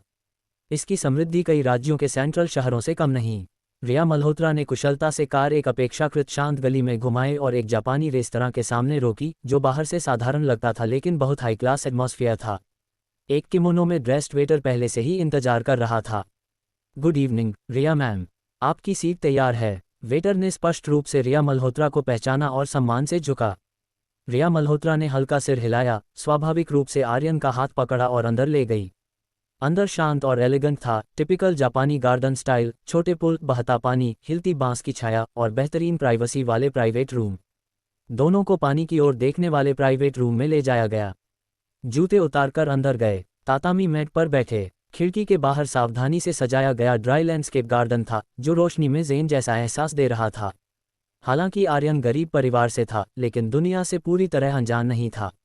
जब वह डूइन टिकटॉक स्क्रॉल करता था, तो अक्सर फूड ब्लॉगर सेल्फ सर्विस जापानी रेस्तरां के मालिक को साशिमी दिखाते हुए जैसे वीडियो देखता था। सुअर का मांस खाया नहीं तो सुअर दौड़ते हुए तो देखा ही है। उसके मन में जापानी रेस्तरां मतलब सेल्फ सर्विस थे, लेकिन यह वाला ऐसा नहीं लग रहा था। उसने देखा कि रिया मल्होत्रा ने ऑर्डरिंग टैबलेट पर कुछ प्लस साइन किए और कीमत पहले से ही 1000 रुपये से ऊपर पहुंच गई। फिर रिया मल्होत्रा ने बेफिक्र होकर फ़ोन निकालकर पेमेंट क्यूआर कोड स्कैन किया। सबसे पहले साशिमी से शुरू करते हैं। बताती हूँ, यहाँ का साशिमी बहुत ताज़ा है। रुकिए, मतलब आपने सिर्फ हाँ, साशिमी खत्म होने के बाद और ऑर्डर करेंगे, जल्दी क्या है। रिया मल्होत्रा ने लापरवाही से अपनी लंबी वेवी बाल संवारे और उसकी खास ठंडी खुशबू फिर आर्यन के चेहरे पर आई। यह आर्यन की समझ से बाहर था। उसे समझ नहीं आ रहा था कि सिर्फ स्पेशल एपेटाइजर के लिए जापानी खाना 4 अंकों में कैसे पहुंच जाता है। उसने खाने की हिम्मत भी नहीं की। वह पहले से बाहर खाने का प्लान नहीं बनाया था, लेकिन रिया मल्होत्रा को मना नहीं कर सकता था, इसलिए बस साथ दे रहा था। करीब 10 मिनट बाद एक बड़ी प्लेट में एक्सक्विजिट साशिमी सर्व हुई। विभिन्न रंग बिरंगे सी फूड, सैल्मन, बॉटन झींगा, सी अर्चिन, सी ब्रीम और Arctic surf clam crystal clear iceberg पर सजाए गए। पेरिला लीव्स और कद्दूकस की हुई मूली से सजावट, ताज़ा ग्रेटेड वासाबी और सोया सॉस के साथ। ये बहुत आकर्षक लग रहा था और भूख बहुत लग रही थी। आर्यन सच में भूखा था, लेकिन खाने की हिम्मत नहीं कर रहा था। हालांकि रिया मल्होत्रा के साथ मजबूरन आया था, लेकिन इतना महंगा खाना खाने से उसे रिया मल्होत्रा के प्रति गिल्ट महसूस हो रहा था। रिया मल्होत्रा पहले से ही उसके ऊपर बहुत खर्च कर चुकी थी, हालांकि यह उसकी पसंद नहीं थी। शुरू में ऐसा महसूस नहीं होता था, लेकिन समय के साथ यह भावना और मजबूत होती गई। उसे लगता था कि वह रिया मल्होत्रा पर कर्जदार है और उसे गिल्ट महसूस होता था। ट्राई करो, उनका ब्लूफिन टूना बेली उनका सिग्नेचर डिश है। रिया मल्होत्रा ने एक पीस टूना बेली उठाया, सोया सॉस में डिप किया और आर्यन के होठों पर पेश किया। आर्यन ने महंगे मछली के पीस को देखा और स्वाभाविक रूप से सिर हटा लिया। मैं खुद कर लूँगा। रिया मल्होत्रा का हाथ हवा में रुक गया, मुस्कान थोड़ी फीकी पड़ गई, लेकिन उसने कुछ नहीं कहा और मछली उसके प्लेट में रख दी। बहुत स्वादिष्ट है, मजाक नहीं कर रही। रिया दीदी, यह खाना बहुत महंगा होगा ना। क्या फिर पैसे की चिंता। रिया मल्होत्रा ने खुद के लिए सैल्मन का एक स्लाइस उठाया, शालीनता से मुंह में डाला और स्वाद लिया। मैंने कहा न, मेरे लिए पैसे कोई समस्या नहीं, तुम्हें चिंता करने की ज़रूरत नहीं। लेकिन आर्यन ने जटिल भाव से उसकी तरफ देखा, पता नहीं कब ये सारे पैसे लौटा पाऊंगा। छी, तुम बच्चे, क्या मैंने कहा कि लौटाने हैं। मैं अभी खा रही हूँ और मूड अच्छा है, तो मुझे थप्पड़ मत दिलवाओ। ठीक है, मैं और कुछ नहीं कहूँगा, सॉरी। खाओ, स्वादिष्ट है। आर्यन ने आखिरकार चॉपस्टिक्स उठाए और टूना का वह पीस मुंह में डाला। टेक्सचर बहुत स्मूथ, ताज़ा और मीठा था, जैसे आइसक्रीम खा रहे हों। यह आर्यन का पहला अनुभव था और उसे उम्मीद नहीं थी कि इतना स्वादिष्ट होगा। रिया मल्होत्रा ने उसे आंखें बंद करके खाते देखा, उसके गोरे गाल चबाते हुए थोड़े फूले हुए। वह इतना क्यूट लग रहा था कि वह मुस्कुरा दी। छोटे आर्यन, तुम कितने क्यूट हो। क्या किसी ने कभी कहा कि तुम पपी जैसे लगते हो। नहीं, सिवाय तुम्हारे। आर्यन ने साशिमी निगला और जवाब दिया। रिया मल्होत्रा की सीधी तारीफ से उसके गाल थोड़े लाल हो गए। तुम्हारा चेहरा इतना अच्छा लगता है, मैं कभी थकती नहीं देखते देखते। रिया मल्होत्रा तारीफ जारी रखती रही, धीरे से एक हाथ उसके गाल पर रखकर निचोड़ा। आर्यन ने परहेज नहीं किया, वह रिया मल्होत्रा के छूने की आदत डाल चुका था, सिर्फ चेहरा और लाल हो गया। साशिमी खत्म होने के बाद रिया मल्होत्रा ने ग्रिल्ड वाग्यू बीफ और सुशी ऑर्डर किए और दोनों ने काफ़ी रिलैक्स्ड माहौल में डिनर खत्म किया। अध्याय 57, क्यू मेड आउटफिट। दोनों ने डिनर खत्म किया तो रात के 8:30 बज चुके थे। देर हो रही थी, इसलिए रिया मल्होत्रा ने आर्यन को घर वापस ड्रॉप किया, क्योंकि उस दिन उसके पास महत्वपूर्ण काम था। आर्यन को अच्छी तरह पता था कि रिया मल्होत्रा क्या करने वाली है। वह नहीं करना चाहता था, लेकिन मना नहीं कर सकता था, या कहें मना नहीं कर पाता था। हालांकि रिया बीमार थी, लेकिन आर्यन मूर्ख नहीं था। वह रिया मल्होत्रा की अच्छाई महसूस कर सकता था, भले ही मजबूरी में। पिछले 2 दिनों में बहन की रिकवरी से साफ था, उसके पास मना करने का कोई कारण नहीं था। रिया मल्होत्रा ने पहले आर्यन को नहाने को कहा। आर्यन ने नहाकर बाथरोब पहनकर बाहर आया। फिर रिया मल्होत्रा भी नहाने गई और आर्यन उसके बिस्तर पर बैठकर इंतजार करने लगा। अंदर अनियंत्रित गर्मी महसूस हो रही थी। रिया मल्होत्रा जल्दी नहाकर बाहर आए। आर्यन ने बाथरूम के दरवाजे की आवाज़ सुनी और स्वाभाविक रूप से रिया मल्होत्रा की तरफ देखा, लेकिन देखना नहीं चाहिए था। जैसे ही देखा, सारे खून सिर की तरफ चढ़ गया। रिया मल्होत्रा मेड आउटफिट में थी, और कोई साधारण मेड आउटफिट नहीं। जो जानते हैं। स्कर्ट इतनी छोटी कि जांघों का ऊपरी हिस्सा भी ढक नहीं रही थी। उसकी लंबी टांगें ब्लैक स्टॉकिंग्स में लिपटी हुईं। ऊपरी हिस्सा भी लगभग वैसा ही, जो ढकना चाहिए था ढका था, जो नहीं ढकना चाहिए था वह खुला था। रिया दीदी, अब क्या करने वाली हो। आर्यन का चेहरा तुरंत लाल हो गया और वह तुरंत रिएक्ट करते हुए हकलाया। अच्छा लग रहा है, रिया मल्होत्रा ने पूछा, आर्यन की तरफ बढ़ते हुए, नहाने के बाद की गर्म हवा और उसकी खास ठंडी खुशबू साथ लाते हुए। अच्छा लग रहा है, लेकिन ऐसे क्यों ड्रेस अप किया। पसंद नहीं आया। मुझे याद है जब तुम पहली बार आए थे तो शाओशन को देखकर बहुत इंटरेस्टेड थे। मैं बस उत्सुक था, मैंने पहले कभी ऐसे कपड़े नहीं देखे थे। आर्यन बात पूरी करने से पहले रिया मल्होत्रा ने उसकी ठुड्डी पकड़ ली, चेहरा ऊपर किया और उसे अपनी तरफ देखने पर मजबूर किया। तो आज अच्छे से देख लो, यह मैंने खास तुम्हारे लिए खरीदा है। उद्धरण चिन्ह उद्धरण चिन्ह। आर्यन सच में उलझन में था। रिया मल्होत्रा क्या सोच रही थी?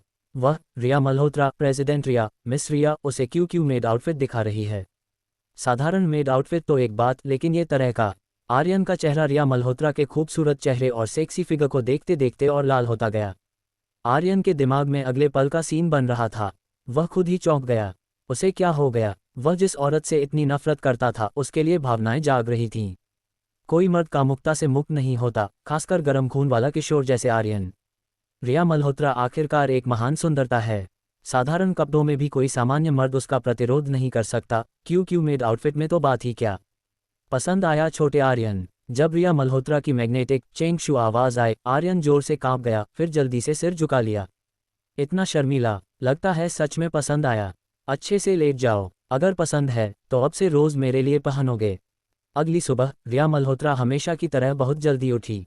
उसे हर सुबह कंपनी जाना होता था और उसकी आदत बन चुकी थी। आर्यन को भी रिया मल्होत्रा ने हिलाकर जगाया। कल रात की लड़ाई के बाद वह पूरी तरह थक चुका था। उठते ही वह बेचैन था, आंखों के नीचे काले घेरे, ज़ॉम्बी की तरह चल रहा था। रिया मल्होत्रा ठीक थी, शायद आर्यन के बहुत सारे एसेंस सोख लिए थे। वह हमेशा से ज़्यादा एनर्जेटिक थी। कोई आश्चर्य नहीं कि लोग कहते हैं यह औरत राक्षसी है।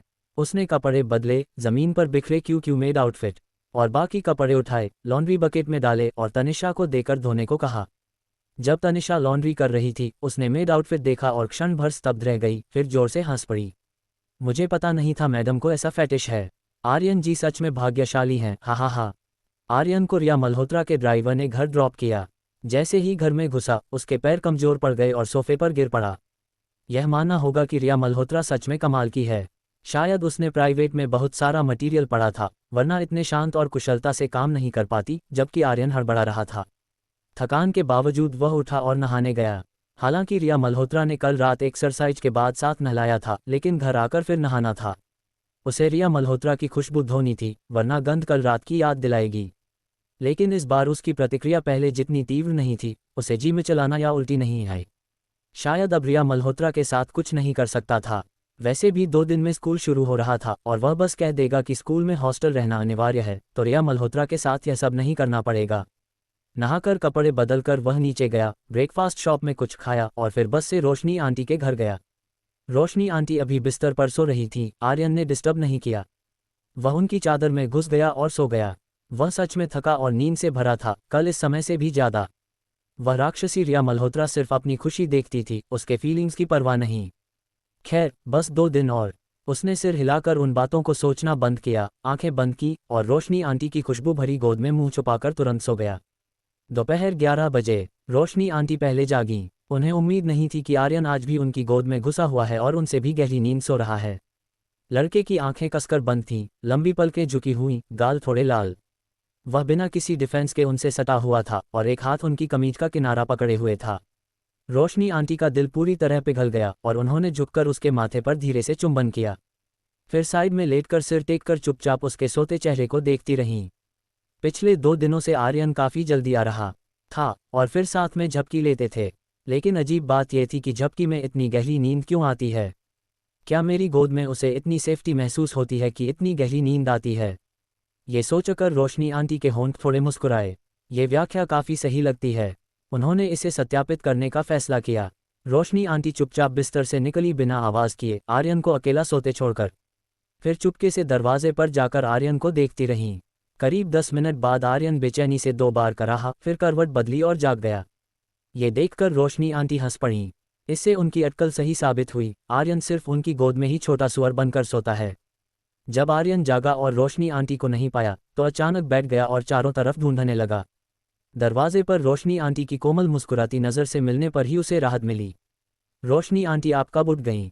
उठकर मुझे जगाया भी नहीं। उसने जल्दी से मुंह के किनारे पोंछे, डर की सोते हुए लार टपकी होगी, रोशनी आंटी देख लेंगी। फिर जल्दी से सोते हुए बिगड़े कपड़े और बाल ठीक किए। तुम इतनी गहरी नींद में थे, कैसे जगाती? रोशनी आंटी मुस्कुराती हुई अंदर आई, फिर बिस्तर के किनारे बैठ गईं और हाथ बढ़ाकर आर्यन के थोड़े बिगड़े बाल रूखे किए। मेरे छोटे प्यारे, मेरी गोद में छोटे सुअर की तरह सो रहे थे न? आर्यन का चेहरा तुरंत लाल हो गया। उसने सिर झुकाकर धीरे से कहा, ऐसा नहीं है। कैसे नहीं? मैंने अभी देखा। जैसे ही मैं गई, कुछ मिनट में जाग गए और मुझे चारों तरफ ढूंढने लगे। रोशनी आंटी के लहजे में खुशी और घमंड था।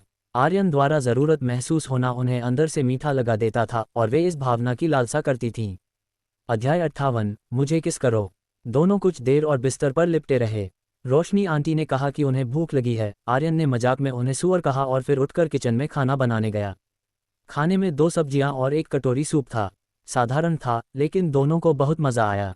खाने के बाद रोशनी आंटी ने शॉपिंग का सुझाव दिया और आर्यन ने कोई आपत्ति नहीं की। मुंबई के सेंट्रल में शॉपिंग मॉल्स भरे पड़े हैं, एक बड़े चौराहे पर 2 मॉल भी हो सकते हैं। युवा जोड़े ने रैंडम एक शॉप चुनी और दोपहर भर वहां बिताए। शाम 6 बजे रोशनी आंटी ने आर्यन को हमेशा की तरह अस्पताल ड्रॉप किया और फिर चली गईं। आर्यन ने रोशनी आंटी की काली BMW को जाते देखा। अंदर से एक अजीब उदासी और खालीपन महसूस हुआ। वह नहीं चाहता था कि रोशनी आंटी उसे छोड़कर जाएं, और वह किसी दूसरी औरत के घर नहीं जाना चाहता था। कोई बात नहीं, बस 2 दिन और सह लो, तब स्कूल में हॉस्टल अनिवार्य बताकर रात को विला में नहीं रहना पड़ेगा। उसने खुद को इस विचार से सांत्वना दी और ड्राइवर वाली कार में बैठ गया। वे जल्दी ही मल्होत्रा विला पहुंच गए। इस समय रिया मल्होत्रा पहले से ही आर्यन के लिए पर्सनल ट्रेनर ढूंढ चुकी थी और लिविंग रूम में बैठी इंतजार कर रही थी। तनिषा के गाइडेंस में आर्यन लिविंग रूम में आया। रिया मल्होत्रा सोफे पर शालीनता से पैर क्रॉस करके बैठी थी, फाइनेंशियल मैगजीन पलट रही थी।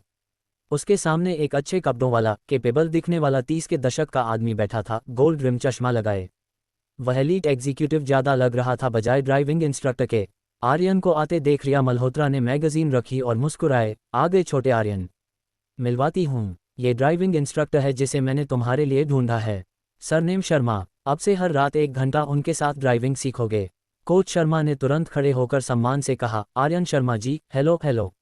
अब से मैं आपका पर्सनल ट्रेनर हूँ, कृपया गाइड करें। आर्यन ने थोड़ा असहज होकर हाथ मिलाया। हेलो कोच शर्मा, मदद के लिए शुक्रिया। कोई परेशानी नहीं, रिया मैम का असाइनमेंट पूरा करने की पूरी कोशिश करूंगा। आर्यन थोड़ा कंफ्यूज था। उसे उम्मीद नहीं थी कि रिया मल्होत्रा सच में ड्राइविंग इंस्ट्रक्टर ढूंढ लाएगी।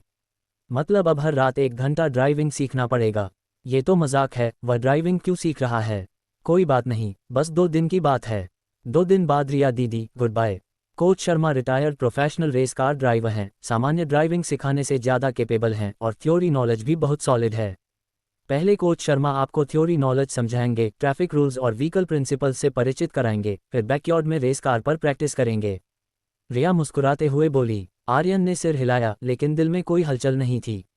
इस क्रिटिकल मोमेंट में उसके दिमाग में सिर्फ रिया मल्होत्रा से कैसे निपटना है और स्कूल शुरू होने तक कैसे गुजारा जाए, यही था। ड्राइविंग सीखना बस समय काटने और खुद को सुन्न करने का तरीका था। वैसे भी बोर हूँ, रिया मल्होत्रा के साथ फ्लर्ट और सोने से बेहतर है इस समय में ड्राइविंग सीख लूँ। तो क्या अब शुरू करें? कोच शर्मा ने रिया मल्होत्रा की तरफ देखकर पूछा। रिया मल्होत्रा ने दीवार पर लगी एंटीक घड़ी देखी और सिर हिलाया, शुरू करें। यहीं, शांति से। कोच शर्मा ने तुरंत ब्रीफकेस से टैबलेट और कई खूबसूरत प्रिंटेड टेक्स्ट बुक्स निकाली और आर्यन को सामने वाले सिंगल सोफे पर बैठने का इशारा किया। आर्यन जी, सबसे बेसिक ट्रैफिक रूल्स और ड्राइविंग एथिक्स से शुरू करते हैं। भले ही सूखा लगे, लेकिन ये सेफ ड्राइविंग की बुनियाद है।